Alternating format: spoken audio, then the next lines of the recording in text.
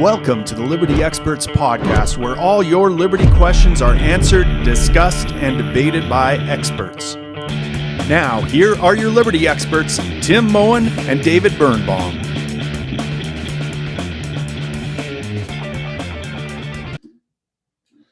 All right, guys, I am here today with Angela McArdle. Angela is the chairperson for the LA County Libertarian Party, and she's running for chair of the National Party. So she's basically running for the equivalent to my position, I guess, in a way, right, Angela? First of all, welcome. Welcome from Canada. I guess you're in upstate New York. I was hoping you were going to be in California so I could get some sunshine by proxy and kind of feel jealous, but you're probably experiencing about the same temp as me. But did I get that right? What did I miss, Angela? Yeah, that's about right. I chair LA County. I am also on the executive committee for the California Party. In the United States, we have a county, state, and national level party, and I am running for the chairmanship of the National Party in 2022. And I am in the crazy cold weather of upstate New York right now, vacationing from one, communist state to the other. Yeah, I was going to say, I mean, it seems like California and New York have the heaviest hand when it comes to this COVID stuff. Seems like you're a glutton for punishment, or are those just the best states other than the government? I am here visiting my boyfriend's family with him, but yeah, I mean, it's pretty wild. I know, I want to get into your background a little bit. I know you grew up in a conservative Christian household similar to me. And, my mom always taught me to go preach at the gates of hell. So I guess you're doing that. You're at the gates of hell, going from one gate of hell to the next. So, I can't help myself. I've really just got to put myself in the worst possible political situation and get on my megaphone and go to work. Yeah. Awesome. Okay. Well, let me find out a little bit about you. What you are, what was your come to liberty moment? How did you get realize you're a libertarian or become a libertarian? Oh, it was sort of like an act. It was like 3 acts in a play. The first one was pretty boring. I just had a conversation with someone who told me that I sounded more libertarian than conservative when I said that I, was a Republican, but didn't care about the drug war or gay marriage. I thought those were probably stupid things to obsess over. And he said, well, you sound more like a libertarian than a conservative. And I thought, okay, cool. Like that sounds cool too, right? And like guns and stuff. So I thought, great, as a teenager, I'm a libertarian. And then I read this book called The Creature from Jekyll Island by G. Edward Griffith. And it really imploded my worldview, and I became really interested in how financial policy shapes the United States and how it also impacts freedom. And I just thought, everything is a lie that I know. This is just terrible. I hate the government. It got me way more interested in libertarianism from an economics and like central planning perspective. And then, the third awakening was when Ron Paul ran for office. And that really everything that I had read about central banking, I was like, wow, I'm not a crazy person. It's not just something I read in a book. Here we've got this, quote unquote politician talking about it, and everything he's saying makes sense. And he's a libertarian. And so I just, that's now, what were you like me? Because I went through, a similar type thing. Some people put bugs in my ear. I was actually going through a period where I was kind of questioning the religion I was raised in as the fundamentalist kind of Christian beliefs that had been kind of imposed on me. And, I came across famous atheists like Ayn Rand and Penn Jillette, and they were talking about political theory as well and libertarianism. And, immediately upon hearing this, I wanted to jump into politics, but then, within a few months I was in ANCAP and I was like, oh, well, politics is antithetical to the world I want to live in. And I'm basically encouraging the bastards by getting involved in politics. So I poo-pooed politics for years. And then it was someone from a Libertarian Party that reached out to me, and they spent probably 3 months trying to convince me. And they kept bringing up Ron Paul. And they said, look, this message is important to you, Tim. Why wouldn't you stand on that political stage where the spotlight is and where the crowd's facing and preach the gospel you care about? And, what it doesn't have cooties. Why don't you go just stand up there? There's an open invite, and I couldn't turn them down. And as soon as I committed, I was thrown into a by-election within 2 days, and within 2 months, I had found myself leading the party and running for prime minister. So I had written an article about how voting and political action was probably immoral 6 months before I found myself running for prime minister. Did you have a period like that where you were very against politics and kind of at arm's length? How did you get involved with the Libertarian Party?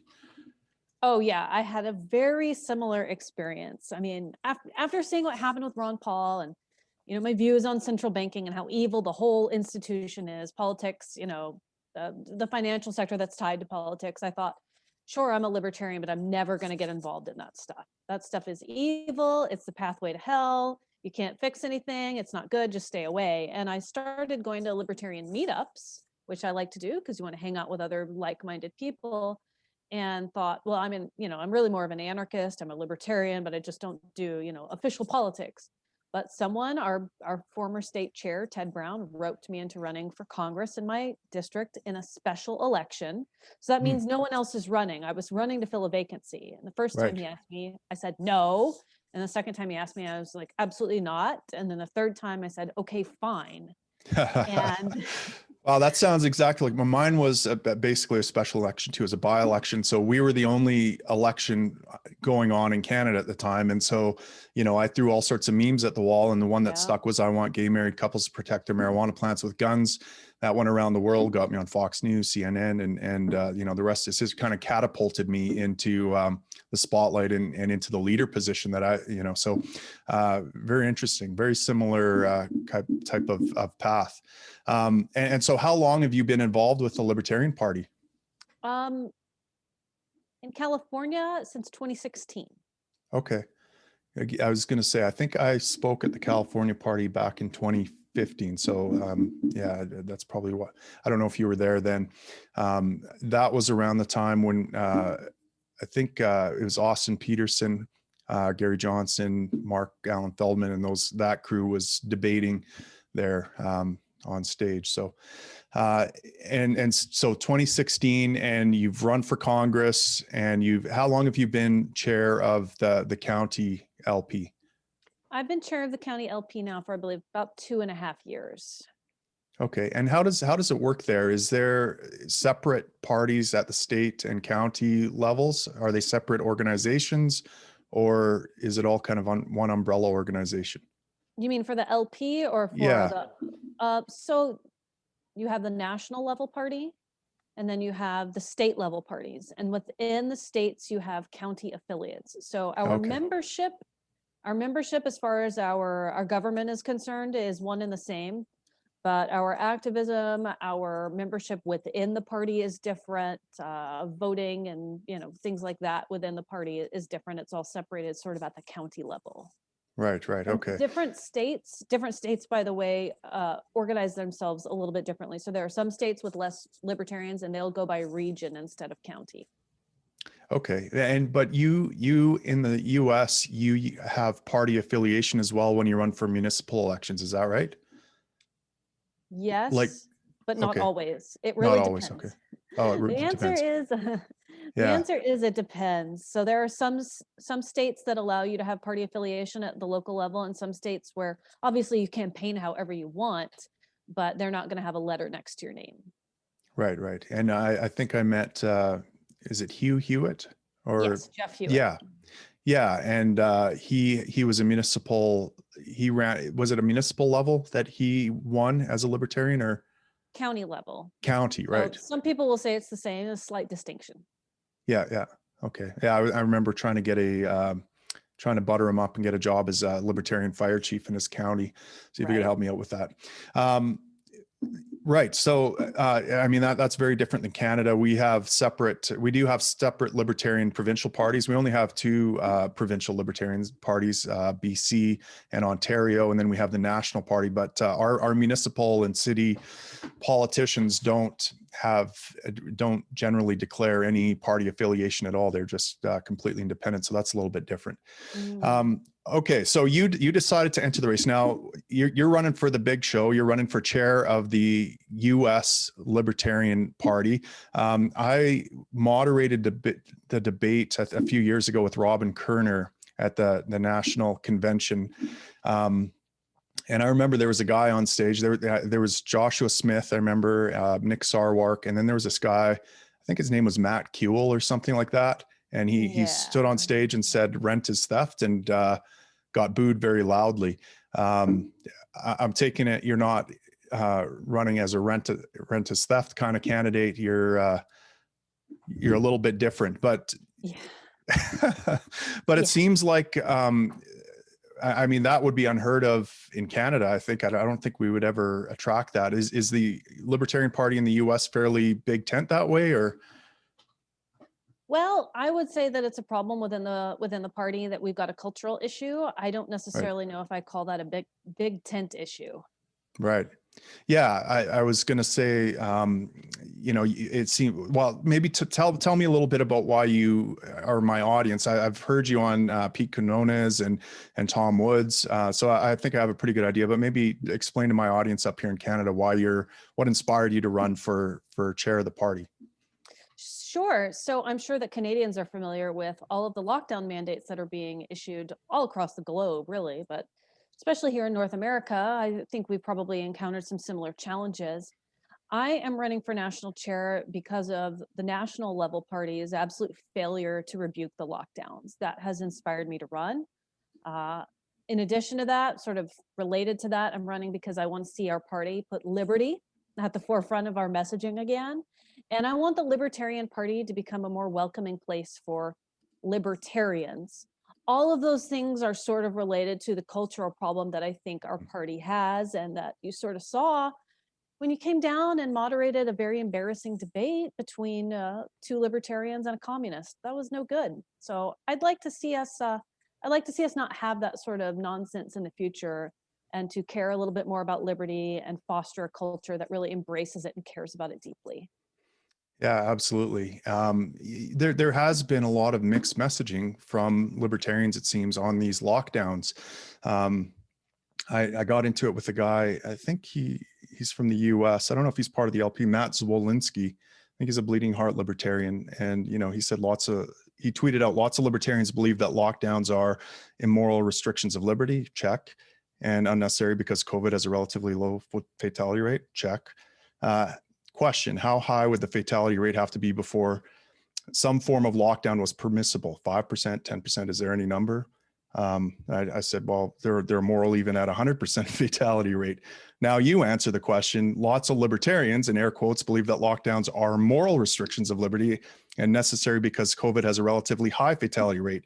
How low would the fatality rate have to be before you would consider lifting the lockdown? But I just thought it was interesting to see the different way libertarians kind of look at this question of COVID. I don't know if it speaks to a bigger kind of divide, but one of the things I've noticed as leader of the Libertarian Party up here in Canada is that there does seem to be two camps. You could call it left and right. I don't know if that's the most apt term to describe them, but it does seem like oil and water or something like that. Like they have a really hard time seeing things through the same lens and coming together. And, I see it, for example, the crowd that likes to go out in march and gay pride parades quite often gets chastised by people who go to gun rallies and different things like that. And, there's this bickering back and forth. How do you think you solve that problem, or is that a problem, or do you just kind of stick to hardcore libertarian principles and let things kind of sort themselves out? Well, I think the cultural problem within the LP is more about attitudes than actually about lifestyles. So I know some sex workers, I know some transgender people who do not consider themselves like the far left of the party, because they're also very anti-lockdown. They really do believe in live and let live. They believe in personal liberty, and they don't really identify with the people who do drag queen story hour, or maybe the people who put that at the forefront of their messaging. I think that libertarians who are like, sure, I'm transgender, I do sex work, or oh, I care a whole lot about poor people, or I live sort of in a commune. I don't think that those people are automatically like to the left. Maybe their lifestyle is, but their attitude, if it's libertarian, like that's what I care about. Like, do you care about letting me go out and live my life and make a livelihood so I can support myself and not be poor and on government welfare?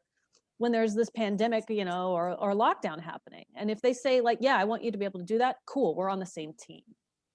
And I think that if we put liberty at the forefront of our messaging, and we have really solid principled messaging done, by people who are good messengers, then I think that we're going to see people start to coalesce around that.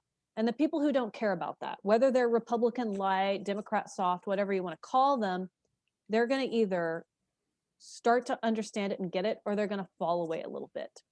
And I think that that's okay. I think that our party, as far as voting goes, can be big tent.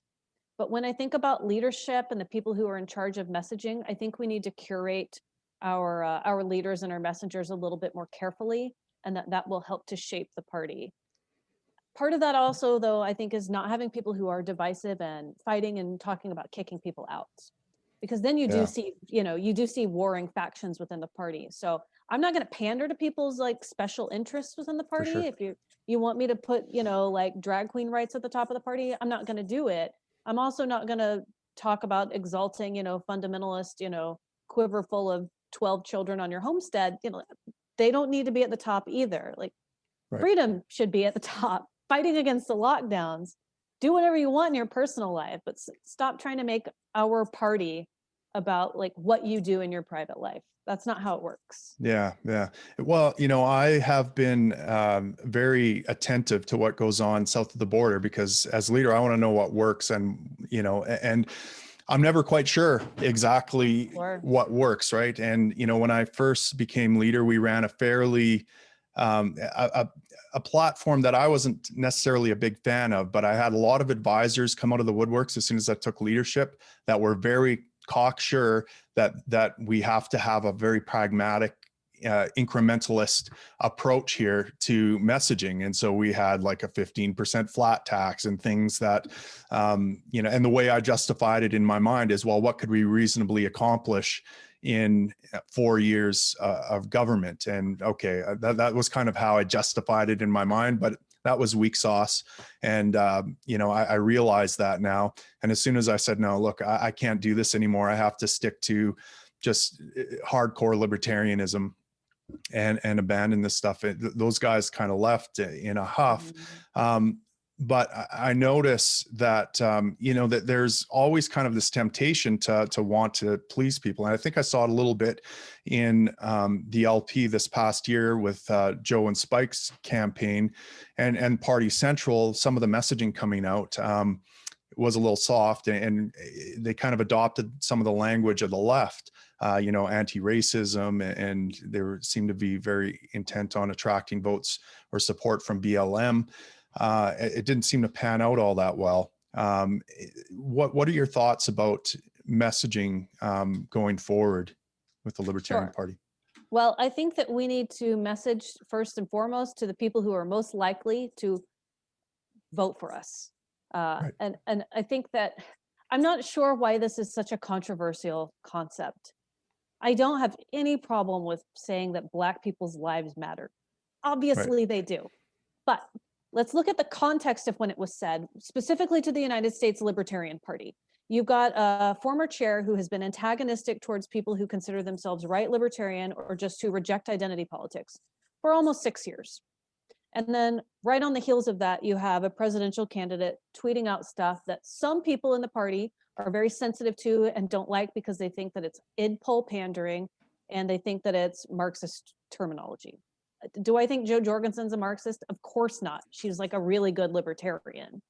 But unless you set up the framework for messaging that reaches across the aisles, like your messaging that reaches across like that is going to die, because you're skipping right over all of the people who are interested in you because they're sick of maybe what you're messaging about. So there were people who hated identity politics, and they were like, I'm sick of, like, the people who I would say are center left. They've been rejected by their party and the people within the democratic and leftist institutions, but they're not Republicans, and they're not right leaning, and they're liberty curious. And all of a sudden now, in their eyes, you've got the Libertarian Party speaking at them in leftist terms. And they're like, why? I'm trying to escape it. So I don't think that worked out very well.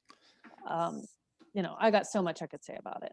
Yeah, yeah. Well, I mean, I pay attention to these things. I paid attention to the Gary Johnson campaign. I was like, okay, maybe this is the way to go. Maybe kind of an incrementalist, almost centrist kind of approach is gonna have more luck. He did get a respectable number of votes, but to me, it seems like one of the things that has always I found curious about my time at the U.S. conventions. I've been to the Washington convention, California, a couple of national conventions. Is that everyone talks about winning in terms of vote count?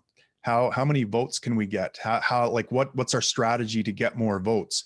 And that always rubbed me a little bit the wrong way, because to me it seems like look, being honest here, I don't think the Libertarian Party is ever going to win an election, at least not anytime soon. There's just not enough libertarians out there. I mean, to win votes, I feel like you have to reflect culture, tell people what they want to hear, Yep.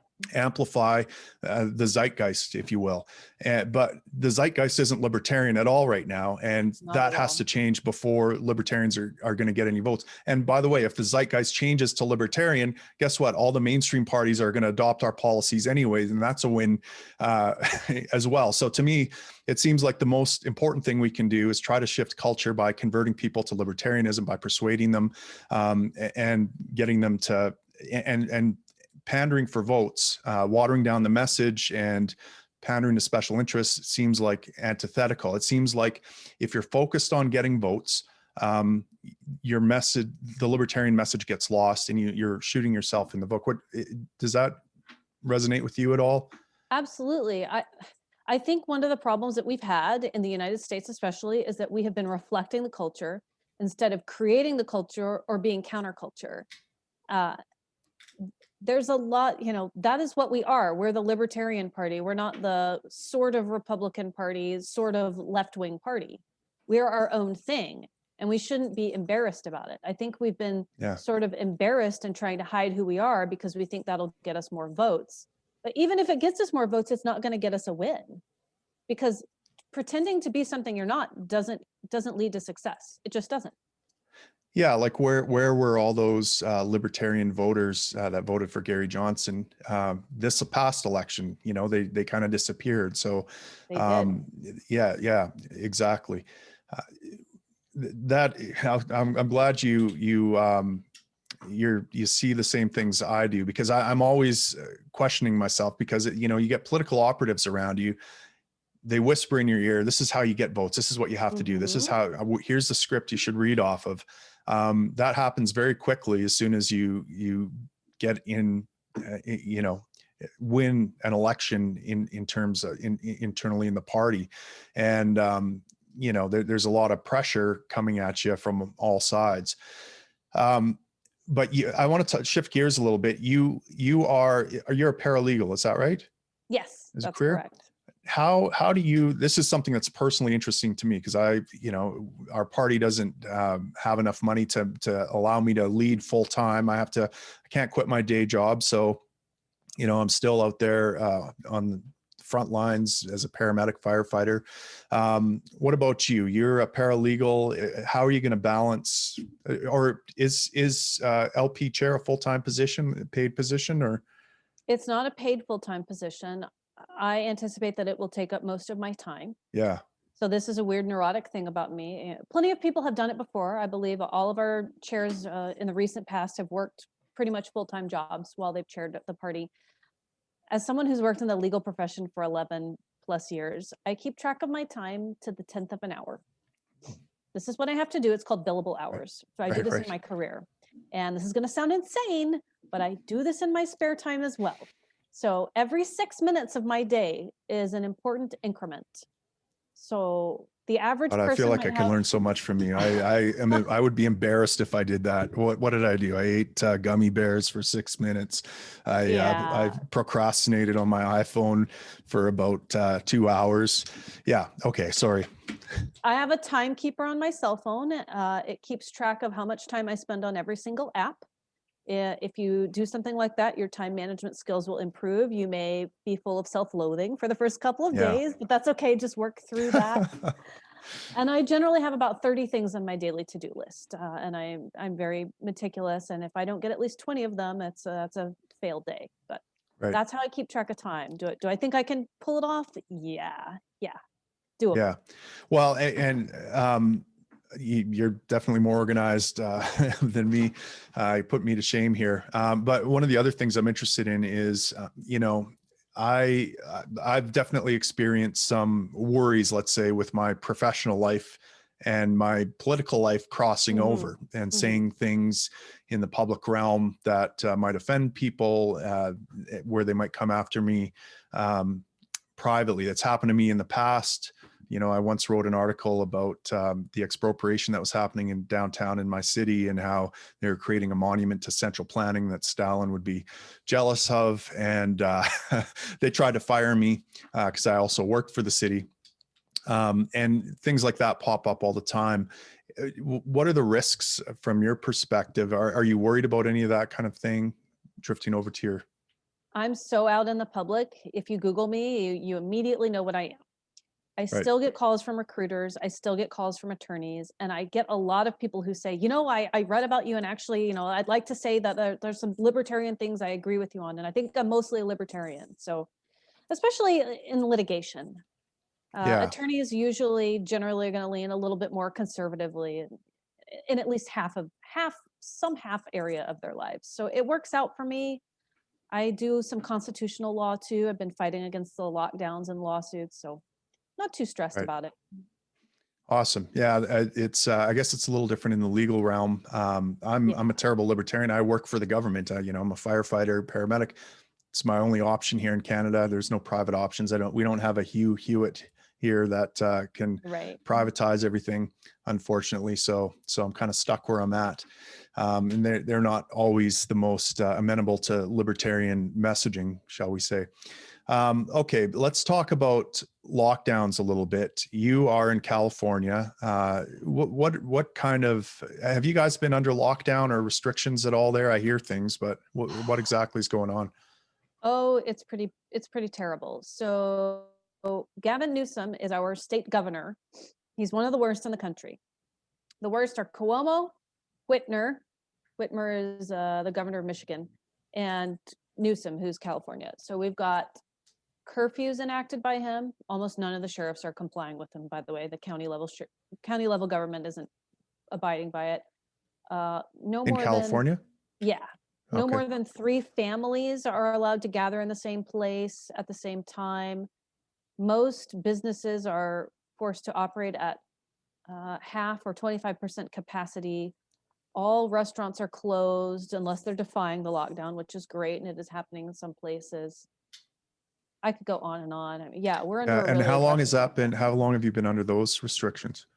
On and off since March. Is that right? Wow. Oh yeah. Well, we are in Alberta. We're under similar. It's a 28-day lockdown, so businesses are restricted to, I think, 15% capacity. You're allowed, I think, 2 families. It's the same type of shtick here, but it doesn't seem like it's affecting the death counts and the infection rates all that much. So the lockdowns are what inspired you to run. And I've noticed that there's been a dearth of messaging, anti-lockdown messaging on the political scene. It seems like everyone is, even the conservatives here, they're more concerned about how the money's getting doled out or how the vaccine plan is rolling out than they are about this huge infringement on human rights. I mean, we have a shutdown in production at the same time we have, in Canada, we basically have a UBI now. It's like they call it CERB payments, but almost anyone can apply and get these payments. It's like $2,000 a month or something like that. And I don't understand how we're going to pay for this, where this money's coming from. I see a massive wealth transfer from future generations to the oligarchs that seem to be making out like bandits here, central banks. This is like an unprecedented, it's an unprecedented assault on our liberty and on our finances.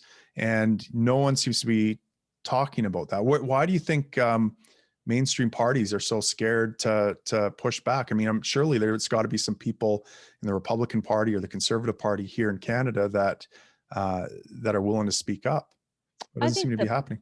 I think the people within our parties are very willing to speak up, but I think the leaders, a lot of the leaders of our parties are absolutely terrified to offend people and sound calloused or uncaring. They're very embarrassed to be libertarians right now and to talk about freedom when other people are screaming about masks and lockdowns and staying at home and how you're a grandma killer if you go out and try to make a living to provide for yourself or your family. And I think it's really shameful. Yeah. I'm very embarrassed at the lack of principled messaging in what is definitely the worst infringement of liberties that's ever happened in my lifetime. I think it's reasonable to say at least since the Vietnam draft or since Mm. World War II, maybe even worse than that. It's really awful. Yeah, it is. It's unbelievable. We have in Canada here, we have kids being taken down playing hockey outside, and being threatened to be tased. It's just, it's unbelievable what's happening here. And, another thing that really drives me nuts on top of the kind of weak-kneed politicians, unwilling to speak out against this mainstream narrative, is fellow healthcare workers playing victim constantly. It's like, I'm a nurse in ICU and you need to follow all these mandates and obey the government and stay isolated because I'm having a busy day at work. Yep. Well, I mean, look, I'm a firefighter paramedic. The thing that got me hard about this profession was the utter chaos I was going to have the opportunity to confront: burning buildings, giant car wrecks, pandemics. Do not lock down a mic. I mean, this is the thing that I signed up for, and yet here I feel like my colleagues in the healthcare profession are betraying the very thing that they signed up for. I mean, we're supposed to be there so people can live their life and not the other way around, not cheerleading these restrictions. So that's been driving me nuts. Well, I mean, this victim mentality that is pervading culture in general has been pervading healthcare and emergency services for a long time. I could go on about this. I mean, we've never had more resources at our disposal in terms of the ability to manage difficult situations and emergencies. At the same time, we've never had more mental health resources available to support our mental health. And yet rates of PTSD, anxiety, depression, suicide are skyrocketing. And I attribute all that to the fact that all these mental health resources that are being thrown at us are giving us the internal dialogue that we are victims, and our very job is victimizing us. And, I have two daughters that are just starting as paramedics. They're being told this, and I have to constantly counter this, what they get in school and by their employers, by saying, look, this is the best job you could ever get. You're going to see humanity at its best and at its worst. You're going to have the opportunity to make a difference, restore order to chaos. There's nothing that can make you a better human being and more resilient and more capable than the job you're getting. It's not going to break down your mental health. It's going to do the exact opposite. It's going to build you up. But that's not the narrative we're getting. So I think there's a bigger message here, that we're getting from culture. I mean, we're now supposed to view ourselves not just as victims, but as victimizers, right? The act of breathing, we're giant germ bags. It's like the original sin of the Branch Covidians or something like that, is just existing as a disease-carrying germ bag and constantly threatening the lives of others. I don't know exactly how this started, but I agree. And for me in my life, my job is to go out and find the biggest burden I can carry and pick it up and carry it as far as I can. That's how I derive value from life, and I feel personal self-worth, and I feel satisfaction, and like I did a good job. And I feel that now people are terrified to go out and lift any kind of burden or seek out any purpose. And there is no purpose or satisfaction in victimhood. And when we glorify that, people just become lost in personal chaos and turmoil, and you don't progress personally, and we certainly don't progress societally. And I do think we definitely need to fight back against this, whether it's coming from mainstream media, liberal academia, left-wing politics, some right-wing politics too have adopted it. We definitely need to fight against it. And I think that that's part of what, we should be doing as libertarians, as leaders of parties, but also just in our community, in our jobs and in our daily lives. We got to fight back against this victimhood culture. There's no freedom in slavery. It's safety of, your chains in your cell. Creeps me out. Yeah, I when people are agree. so The obsessed with Christmas, this being yeah, safe. the Christmas message I sent out, to people who follow our party was, my wife's just getting back from New Year's Eve shift and Emerge. I'm just going out from my Christmas Day shift as a paramedic. We're those healthcare workers you keep hearing about in the media on the front lines of this pandemic. Only you're never going to hear about us in the mainstream media because we don't see ourselves as a victim. We're super grateful to have this job. This is exactly what we signed up for. Our hearts go out to everyone who's been ruined by these lockdowns. Don't lock people down in our names. That's not why we're healthcare professionals.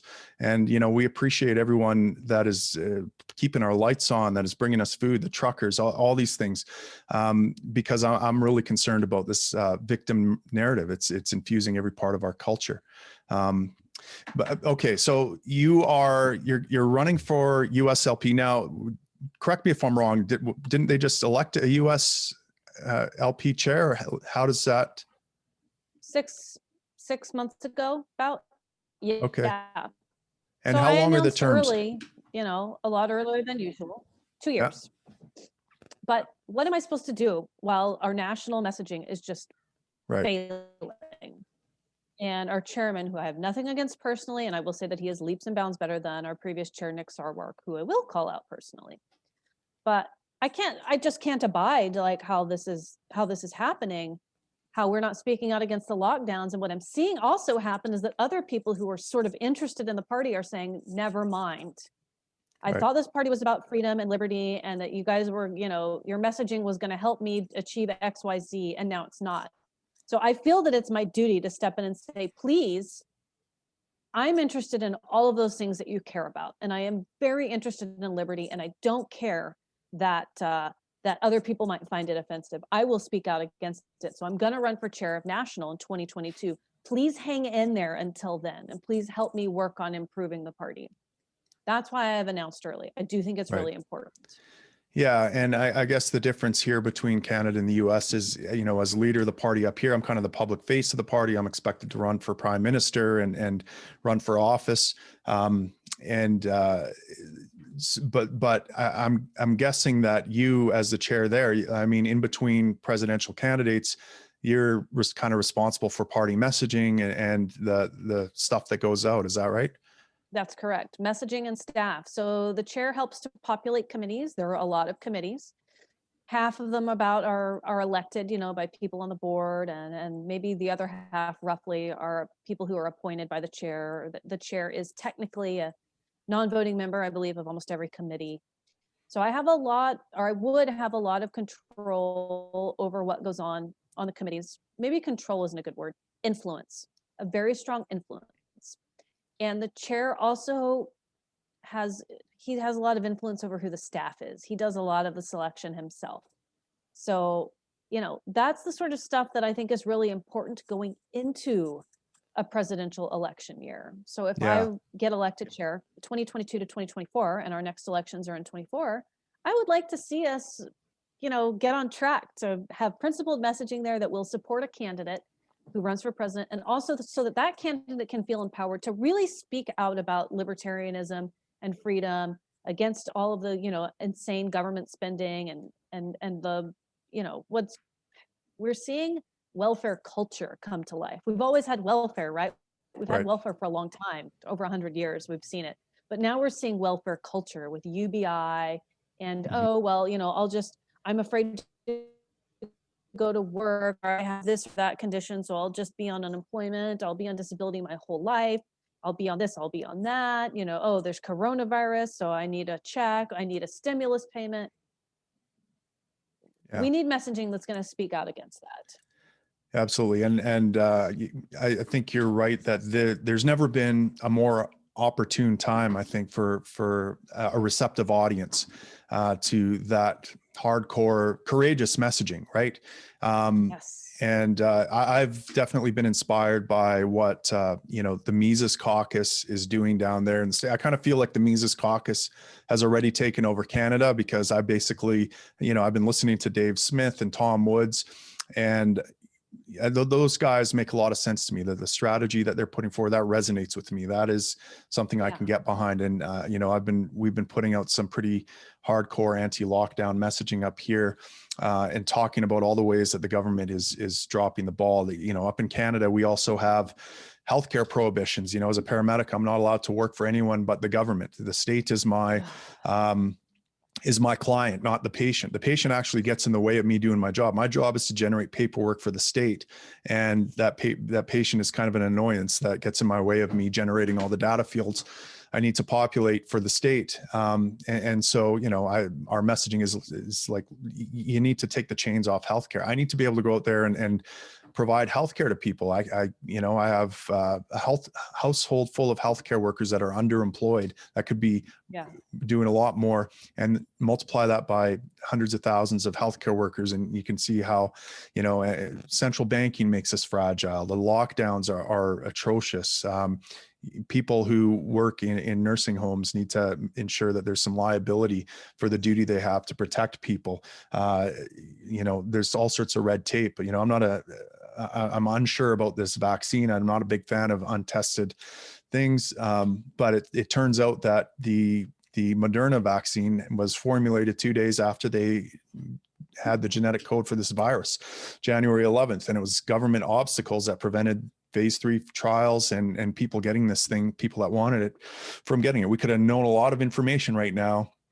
This thing might have been over. I mean, there's just all sorts of ways that the government, and we've been hammering that message thanks to what we're seeing in the Mises Caucus.